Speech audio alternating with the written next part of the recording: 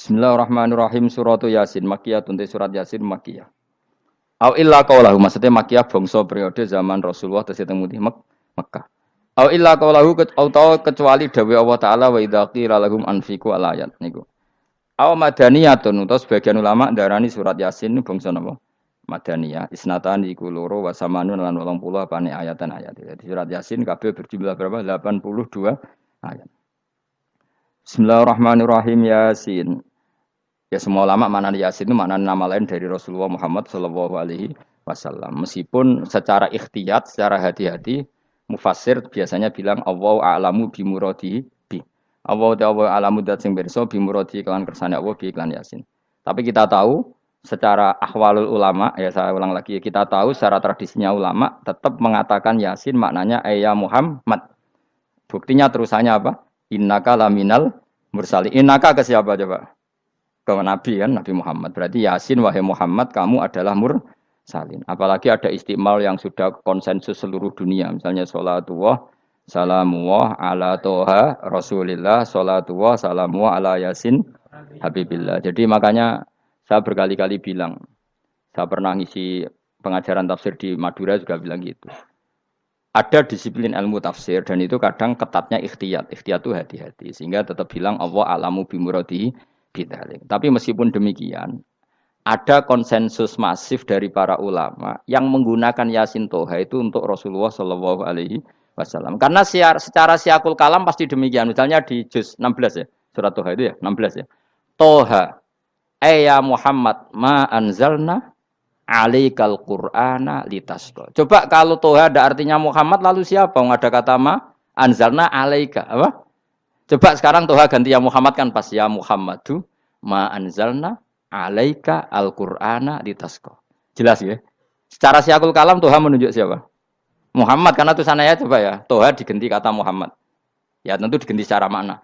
Ya Muhammadu ma anzalna alaikal Qur'ana litasqa. Yasin juga ganti aja. Ya Muhammad demi Quran yang hakim innaka ya Muhammad laminal mursalin. Sehingga meskipun mufassir secara disiplin ikhtiyatnya, kehati-hatiannya bilang innaka laminal apa? Allah a'lamu bimuradihi bidzalik, tapi secara ahwalul ulama tetap Toha dan Yasin adalah ismun min asma'i Rasulillah sallallahu alaihi wasallam. Kayak tadi apa? Salatullah salamullah ala Toha Rasulillah, salatullah salamullah ala Yasin habibillah. Jelas ya. Jadi antara istimalnya ulama itu beda dengan keikhtiyatan mufassir. Dan tentu kita milih yang istimalnya ulama. Karena itu lebih gampang supaya kata alaika khitab itu kena apa? Kena. Mukhatabnya siapa? Terus ketiga kata Ibnu Jarir atau Bari, enggak mungkin Allah mengkhitabkan sesuatu dengan sesuatu yang enggak bisa difahami. Karena orang Arab dan zaman itu faham Yasin adalah Rasulullah, Toha adalah Rasulullah, sehingga ada khitab itu. Buktinya orang kafir zaman itu enggak pernah menyoal gini. Muhammad katanya Quran itu indah, mudah difahami. Ternyata ini ada lafaz-lafaz yang kita tidak paham. Nyatanya orang kafir tidak gugat seperti itu. Itu menunjukkan bahwa penggunaan Toha dan Yasin adalah ma'ruf dan difahami. Paham? Jelas ya? Ya soal nanti ikhtiyat, ya ikhtiyat saja kita ikhtiyat. Paham ya? Tapi tetap difahami. Apa? Tetap difahami. Buktinya jelas kan Toha ma anzalna alaika. Berarti diganti saja apa? Ya Muhammad ma anzalna alaika al-Qur'ana litasqa. Bon jelas ya. Wal Qur'ani demi Qur'an al hakimi kang bijak. Ail muhkami tegese kang kuat utawa kang kukuh. Kukuh maknane indah, bi aji binasmi kelawan keajaibane susunan wa badil ma'ani lan keindahane makna. Innaka saat temne sira ya Muhammad wa Muhammad lamnal mursalin setengah sangking wong sing diutus. Sungguh termasuk wong sing diutus Allah. Ora sekedar diutus ala siratin kowe ing atase jalur to dalan mustaqimin kang jejeg. Uti alaihi mutalikun ta'alluq bima perkara qabla kang sedurunge iki dawuh.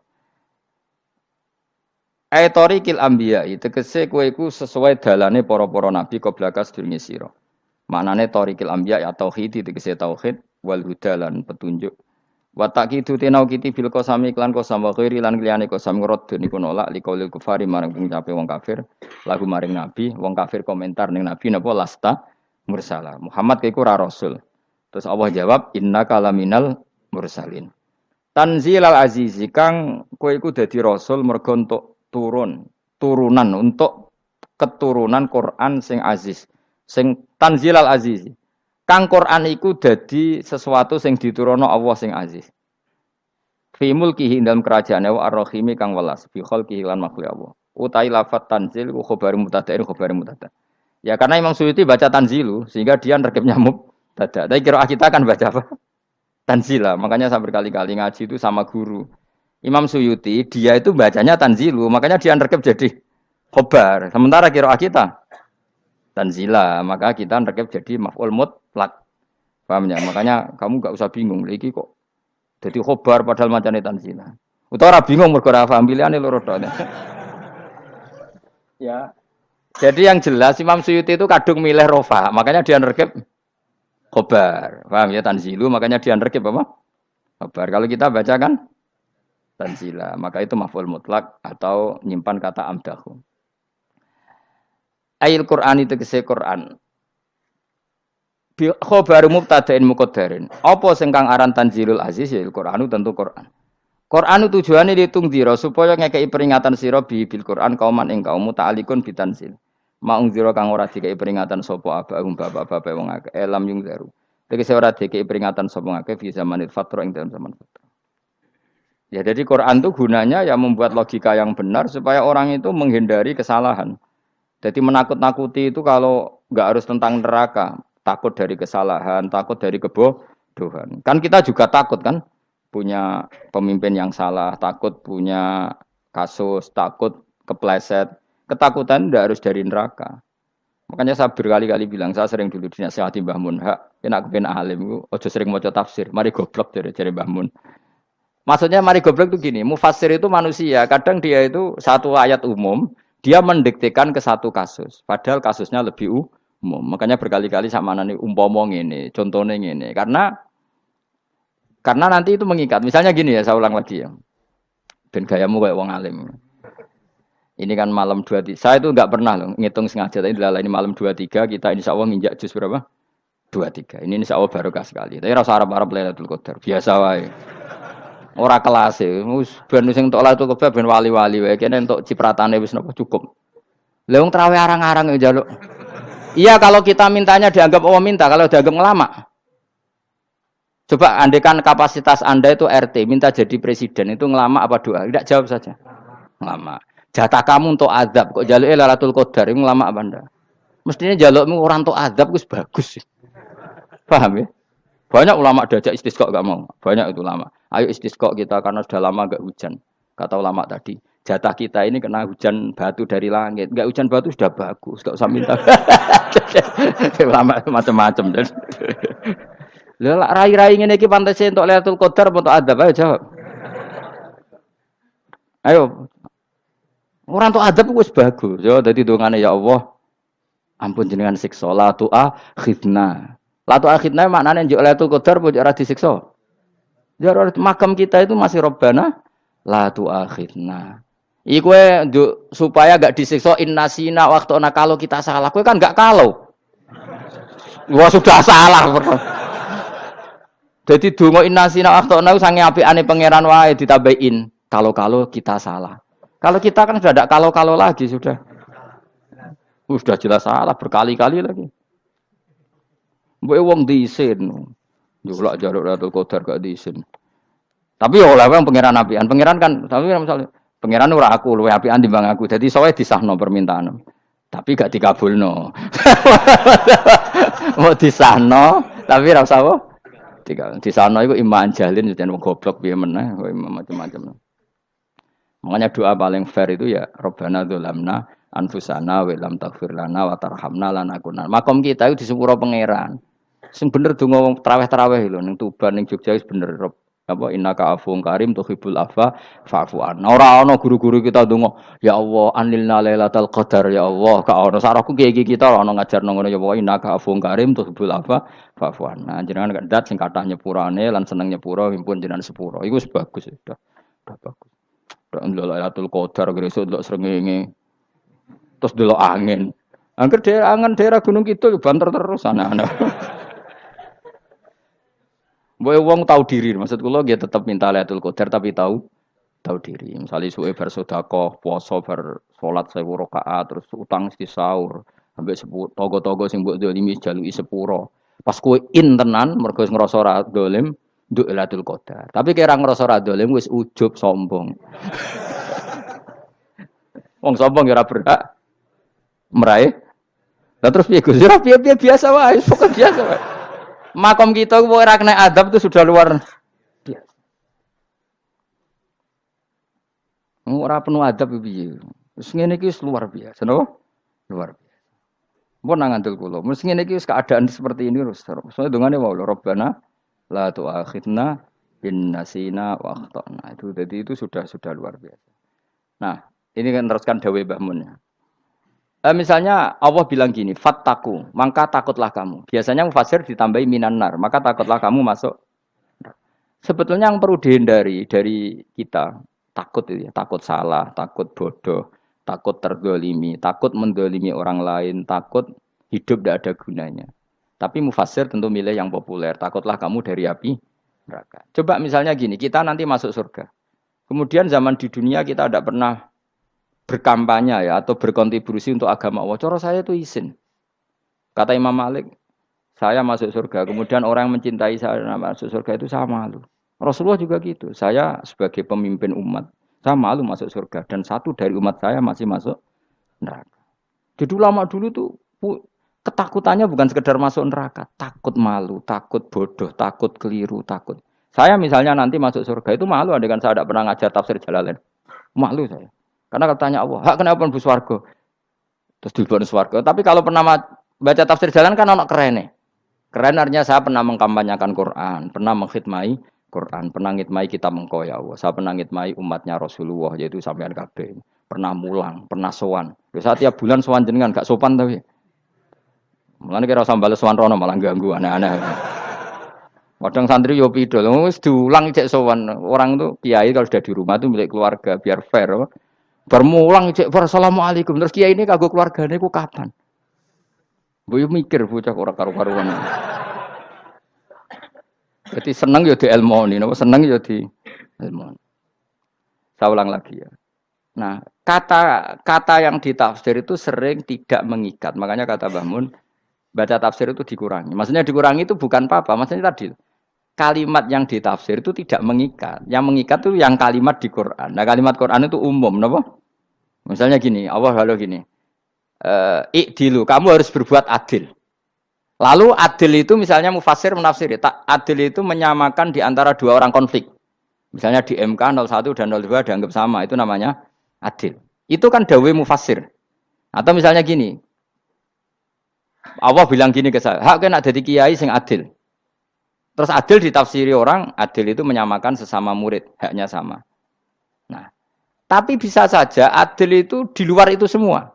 Misalnya gini, ternyata adil menurut Allah gini. Adil maknanya seimbang, apa? Adil itu maknanya apa? Seimbang. Lalu keseimbangan seorang hamba adalah dia ingat Allah lebih banyak. Karena ini bandul yang benar-benar nyata. Allah itu nikmatnya nyata. Sehingga ketika saya sebagai orang alim ingat saya alim itu karena Allah, dikasih ilmu Allah, dikasih cerdas Allah, dikasih semuanya dari Allah. Sehingga saya itu tidak merasa kumuluhur pada kalian karena semua ini dari Allah. Kemudian Allah sendiri yang memerintahkan, kamu harus mengajar. Maka saya ada arep-arep salam templek sampeyan, penghormatan sampeyan, apresiasi sampeyan karena saya hubungannya hanya dengan Allah Subhanahu wa Ta'ala. Itu namanya adil, meletakkan sesuatu proporsional. Itu juga adil namanya. Makanya seseorang itu enggak bisa dikatakan abid selagi belum tahu kalau ibadahnya minallah.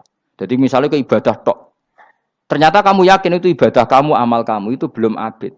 Abid hakikat adalah alhamdulillah alladzi hadana li hada wa ma kunna linahtadiya laula anda tahu. Ketika kita sujud yakin ya Allah alhamdulillah jenengan menakdir saya sujud. Saya salat alhamdulillah engkau menakdir saya salat. Sehingga minallah dulu pikiran itu semua kebesaran kebenaran ini minallah dulu. Baru setelah minallah kita yakin billah. Setelah billah juga yakin ilallah. Misalnya gini Allah itu. Setelah saya ngajar tafsir Jalalain, kepentingan saya satu. Hamba-hambanya Allah menjadi tambah mencintai Allah. Tidak mencintai saya. Enggak penting sampean mencintai saya. Makanya Imam Syafi'i tiap ngajar bilang begini. Wadittu annal khalqa ta'allamu hadal ilma wala yahmadunani. Saya senang kalau kalian belajar fikih sama saya, tapi kamu tidak usah muji saya. Jadikan fikih ini alat taqarrub kamu kepada Allah. Itu namanya minallah wa ilallah. Itu adil. Tapi adil yang dijelaskan ulama beda-beda tadi. Ada mengatakan adil adalah proporsional antara murid, antara keluarga dan murid. Meskipun kamu senang mulang, jangan merantarkan keluarga. Itu tidak adil. Itu kan versi, no? Maksudnya Mbah Mun, kamu jangan terjebak versi-versi dalam tafsir. Paham ya? Karena Allah hanya ngendikan i'dilu wa aqrabu. Paham ya? Tapi kan penjelasan adil ini orang versi. Paham ya? Ada yang nulis adil adalah meskipun mimpin masyarakat ya ingat keluarga. Karena sing tukang wayo kan nafsiri adil adalah karena laki tidak cukup istri satu maka ayo kan yo repot nanti. Tapi kalau kadung istrinya 3 atau 4, adil adalah harinya sama meskipun janda dan perawan. Jari sing lanang gak adil adalah proporsional. Sing wis suwi dikumpuli dikurangi. Yang baru ya mungkin kabeh enggak kalau nuruti. Mungkin enggak? Ya, tapi itu kan versi, nama. Maka kata Mbak Mun itu memang saya itu merasakan, saya sebagai mufasir merasakan memang saya akan sering baca Jalalain beda dengan tafsir Munir, nanti beda dengan tafsir Qurtubi. Saya beri contoh misalnya. Dan kamu pasti salah jawab ini. Kalau kamu benar berarti ya alim tenan. Wa idza darabtum fil ardi falaysa 'alaikum junahun an taqsuru minas shalah. Orang kalau pergi itu boleh enggak ngosor salat? Enggak, jawab saja. Boleh kan? Ngosor salat itu apa? Misalnya salat asar 4 jadi berapa? 2. Kalau isya jadi 2. Kalau subuh? Enggak, sudah maju lah. Maghrib? Enggak, kan yang bisa dikosor hanya berapa? Yang rubaiyah, yang apa? Berarti kamu yakin antak suruh minas shalah artinya 4 jadi 2? Yakin? Enggak, jawab saja. Yakin. Nah itu termasuk orang pinter ya. Berarti ilmu lagi sak trip. Ya? Sebetulnya kata Imam Qurtubi enggak. Ayat itu kan hanya bilang gini, kalau kamu bepergian maka kamu boleh menyendak sholat. Qasru itu memotong. Dari aturan yang dulu 4 menjadi 2. Sebetulnya ada hanya itu tok. Aturan tidak boleh membawa najis menjadi boleh. Aturan harus tumak ninah menjadi tidak harus tumak ninah. Misalnya kamu sholat dalam keadaan perang, wajib tumak ninah apa boleh sambil lari-lari? Boleh sambil lari-lari. Boleh gak ketika perang kamu sholat sambil menghadap tidak ke kiblat? Boleh. Makanya antak suruh minas sholat maknanya apa? Jika kamu pergi, maka dalam konteks itu kan perang ya. Ayat itu memang konteksnya perang. Wong in khiftum ayyaftinakumul ladzina kafar. Jika kamu dalam keadaan perang, maka boleh memangkas apa yang pernah wajib dalam aturan sholat. Paham ya? 4 menjadi 2. Keharusan menghadap kiblat menjadi tidak wajib. Membawa najis sholat sah enggak? Enggak kan? Tapi kalau dalam perang, kemudian pedang kamu ada najisnya, boleh dibawa enggak? Boleh. Jadi maknanya taksuru a'ammu min ayakuna qasra sholat wa a'ammu min ayakuna wajibati sholat yang sekarang enggak wajib. Semua itu namanya juga meringkas kewajiban. Berarti nak mana nih? Jika kamu dalam keadaan perang maka boleh memangkas sesuatu yang dulu wajib menjadi tidak wajib, yang dulu haram menjadi boleh. Tapi mufassir mencontohkan qasru sholat hanya 4 menjadi 2. Dong ya.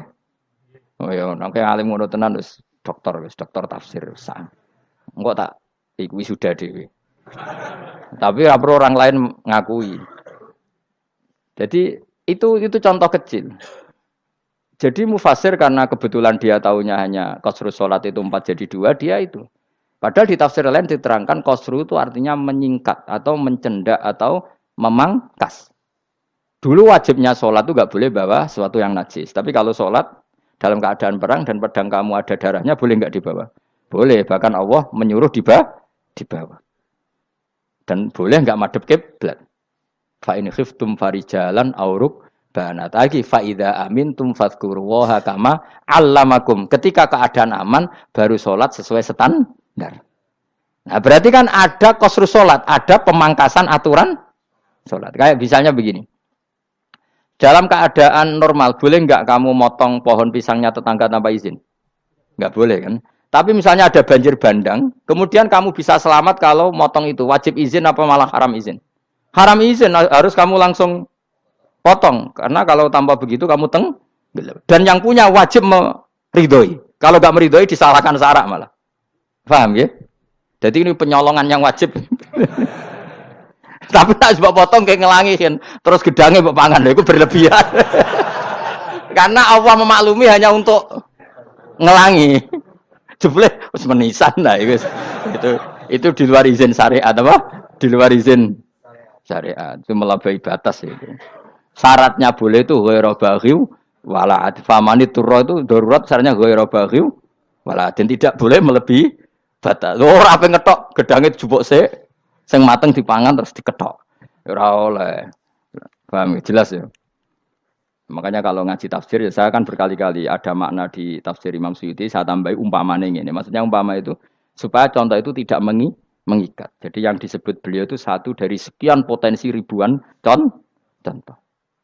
Ya kayak tadi misalnya antak suruh minas sholah. Itu umumnya ulama membayangkan qasrus sholat yang 4 jadi 2. Padahal enggak, maknanya meringkas aturan dari wajib menjadi tidak wajib. Bahkan sebagian aturan itu dikatakan haram, tidak haram.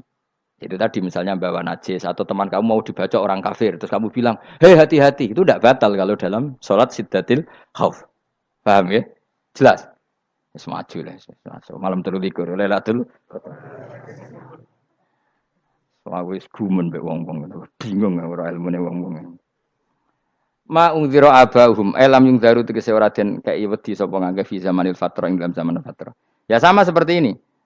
Orang tidak mendapat ingzar itu fi zamanil fatrah, zaman enggak ada rasul.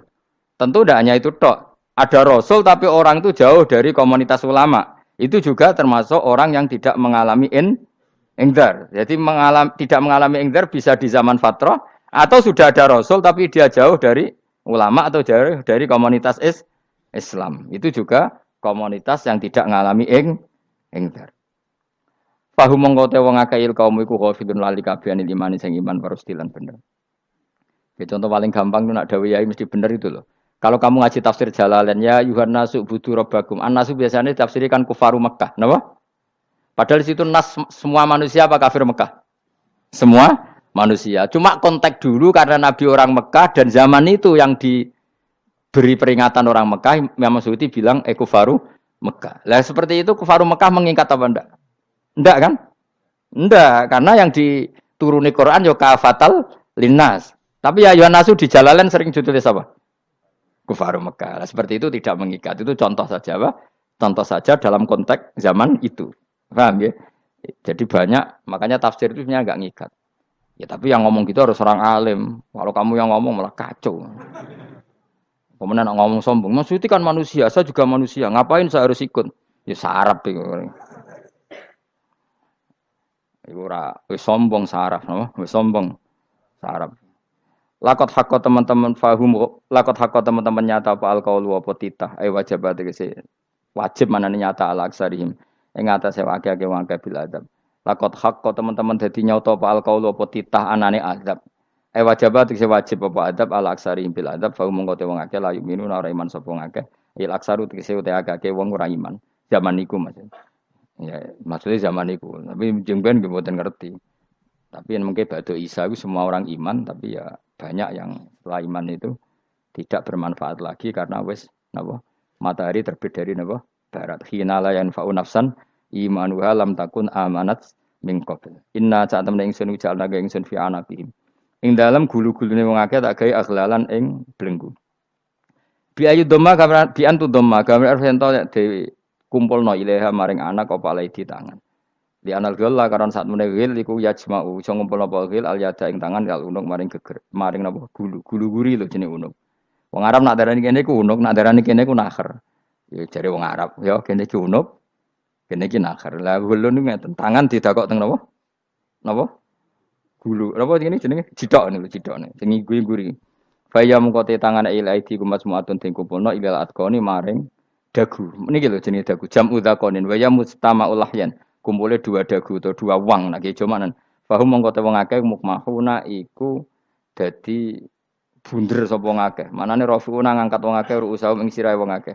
Lastatiuna ora iso mampu sapa wong akeh khudhaha ing ngendhekno ruus. Menan dhewe maksudi wa ta iki mutamsilun bayangan, mutamsil gambaran. Mulane kula gumun mbek ulama riyen. Tak contohno ya, nak ulama dhisik ku top. Wong dhisik nak darani bun neraka digludungno. Wong kafir ku sampeyan digludungno ning neraka. Iku ya pancen ngalim tenan ngomong dhisik. Mergo gambarane ngene, ora usah mbok praktekno sampean, praktekno saiki wae. Nak praktekno sampean kowe sampean mlebu neraka. Dadi ngeten, wong nak lungguh ngene deh. Wong Arab nak darani iki ason-ason. Terus ngeten. Ngeten. Niki kan niki jenenge apa? Dengkul. Dengkul itu kena dagu, terus tangan kena jidok. Dadi ngeten. Jadi wong wis dalam keadaan bunder. Paham ya?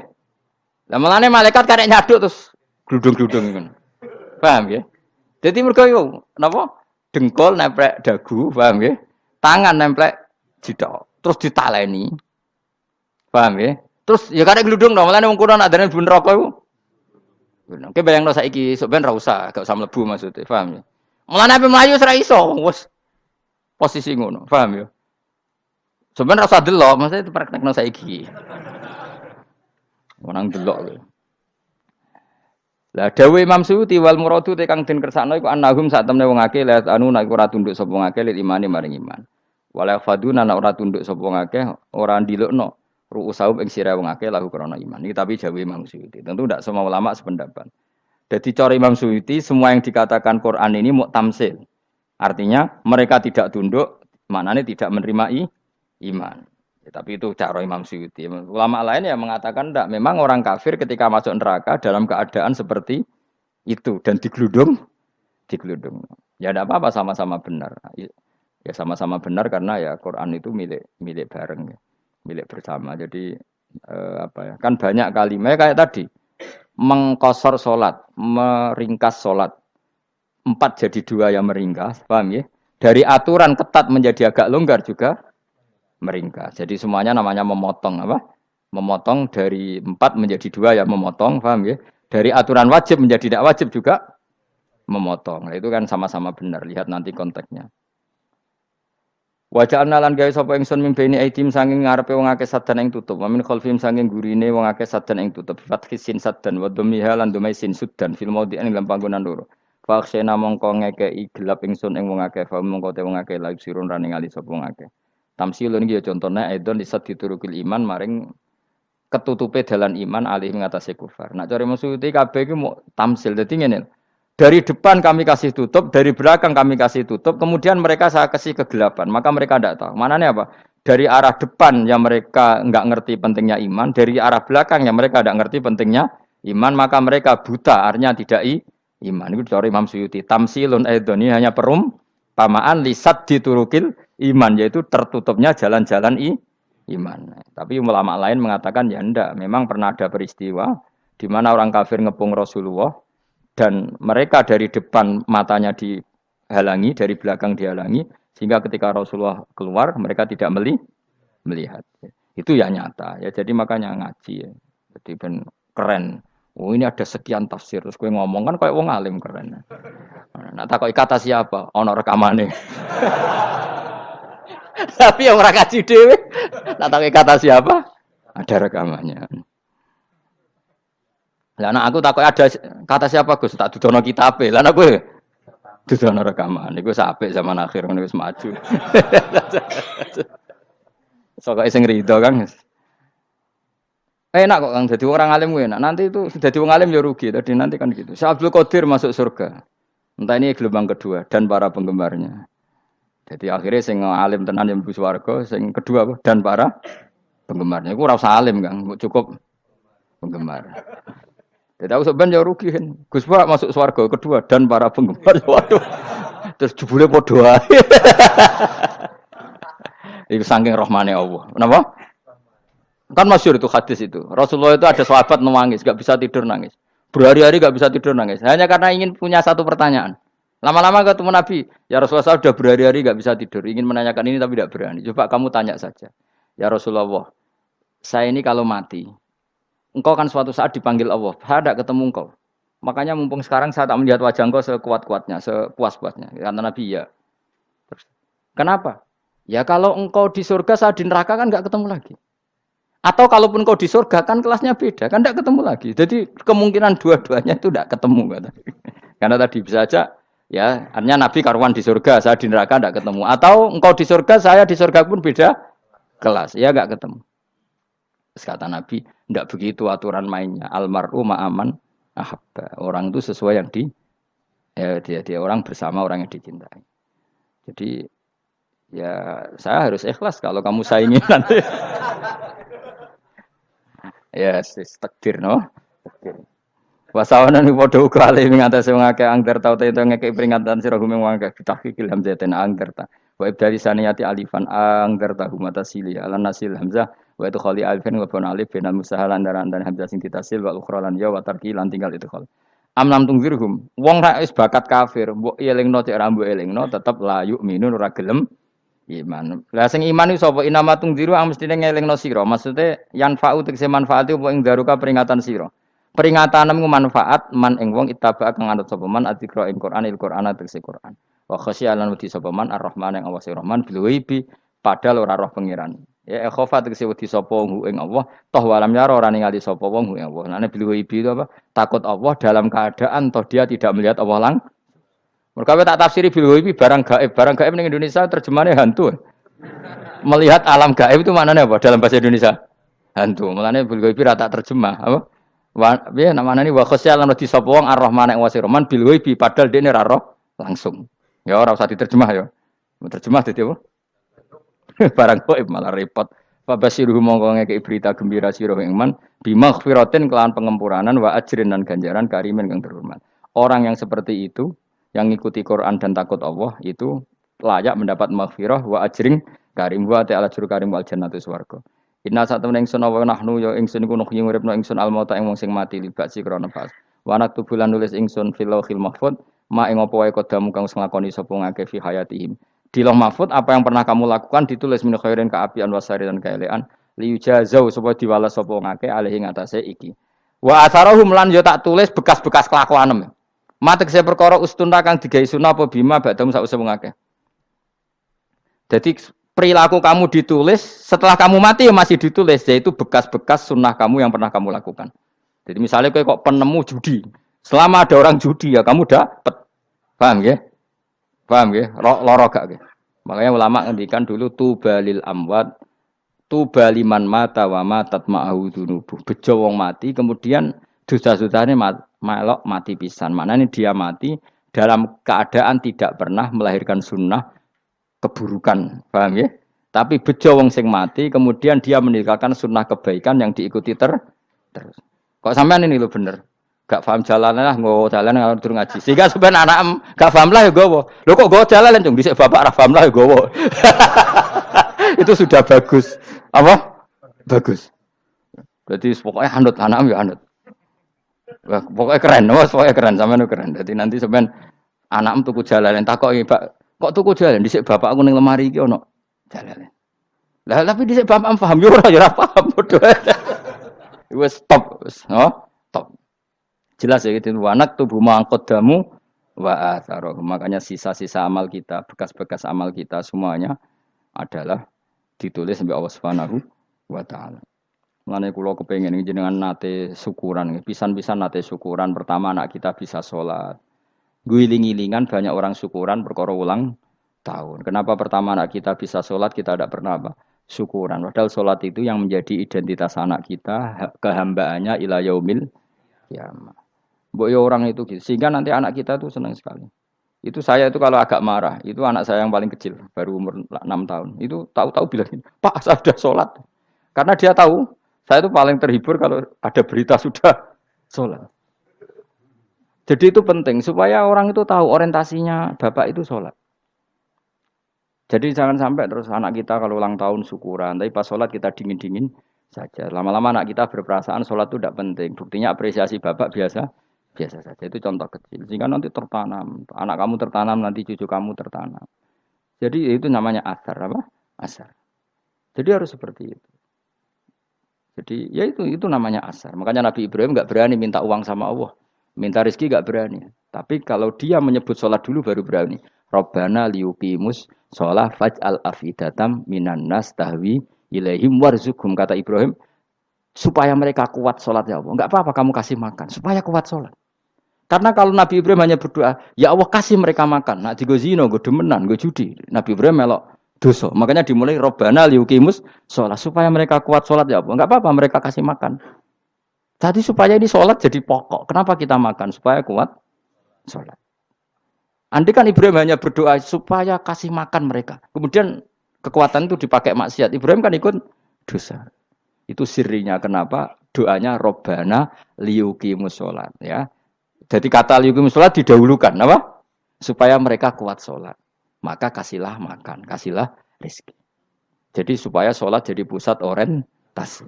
Itu harus dilatih. Ya tentu kamu ngelatihnya sidik-sidik. Wong anak esopo kan gitu, tapi ini kan cerita aja. Maksudnya orangnya biasa wae, maksudnya biasa wae. Maksudnya iku mau cerita. Kowe gelo ya monggo, terus mutung ra ngaji ya monggo, gampang. Kowe ra ngaji, aku golek murid kok kowe gampang. Kowe golek guru koyo aku kangelan. Ya maksudnya sing gelem ngalah teko ini kan. Oh, liyane larang kang nyewane. Wa asarohum lan bekas-bekasnya mereka. Makanya ketika Ahmad bin Hambal itu ahli hadis karena selagi riwayatnya dia dipakai orang tahu Rasulullah itu karena ahli hadis. Bener yang paling hebat tentu qala Rasulullah. Tapi apa artinya qala Rasulullah kalau enggak diriwayatkan dari ulama sampai kita. Tapi apa artinya sampai kita nak gak ono sing ngalahi maca ngene iki. Buruhno maca ngene. Paham nggih? Ayo jajal ketu kitab Musnad Ahmad. Nak ra roh gubedi larang ngono tok. Mergo ora ono sing maca ra roh isine paling kenangan apa? Gudi larang. Tapi baru kayak nasi mojo kemudian bisa. Ini juga asar. Sebenarnya kau oleh niru, nak aku mati ngorek jalan. Oleh niru. Tapi ojo niru sesate. Kau nang jadi karu-karuan. Jadi Imam Suyuti loh. Tafsirku udah di ngono. Udah dirusak kabeh. Wa atharahum mastun nabihi ba'dahum. Kalau suwun nggih dilatih, kalau anak-anak sampean mulai bisa sholat, tunjukkan kalau Anda senang lewat syukuran atau lewat apa. Ya tidak harus besar-besaran. Tunjukkan kalau kamu mengapresiasi secara senang, karena itu identitas kita. Apa identitas kita? Wa kullu shay'in ing saben-saben perkara. Nasobahu bi fi'lin fasir utawa nasbuhu ta nasabe lafat kullu shay'in bi fi'lin lan fi'il yufasir. Nasbuhu ta nasabe lafat kullu shay'in bi fi'lin lan fi'il yufasiru kang nafsiri ing fi'il apa dawuh ahsainahu. Ahsaina kullu shay'in ahsaina. Berarti namane wa kullu shay'in lan ngitung ing saben-saben perkara. Wa kulasain lan ingsun ngitung ing saben-saben perkara. Maknane ahsaina tegese ngitung ingsun ing sa. Ndobat nau tegese ngitung ingsun ing sa fi imamin ing dalam catatan utawa ing dalam kitab induk. Imam ku maknane kitab induk mubinin kang jelas. Kitab tegese kitab bayin kang jelas. Wa ta'al kitabul bayin iku Allahul mahfuz lah mahfuz. Subhanallah wa bihamdihi adada khalqihi wa ridha nafsi wa zinata arsyihi midada kalimati. Subhanallah wa bihamdihi adada khalqihi wa ridha nafsihi wa zinata arsyihi midada kalimati. Subhanallah wa bihamdihi adada khalqihi wa ridha nafsihi wa zinata arsyihi midada kalimati. Subhanallah wa bihamdihi adada khalqihi wa ridha nafsihi wa zinata arsyihi midada kalimati. Subhanallah wa bihamdihi adada khalqihi wa ridha nafsihi wa zinata arsyihi midada kalimati. Subhanallah wa bihamdihi adada khalqihi wa ridha nafsihi wa zinata arsyihi midada kalimati. Subhanallah wa bihamdihi adada khalqihi wa ridha nafsihi wa zinata arsyihi midada kalimati.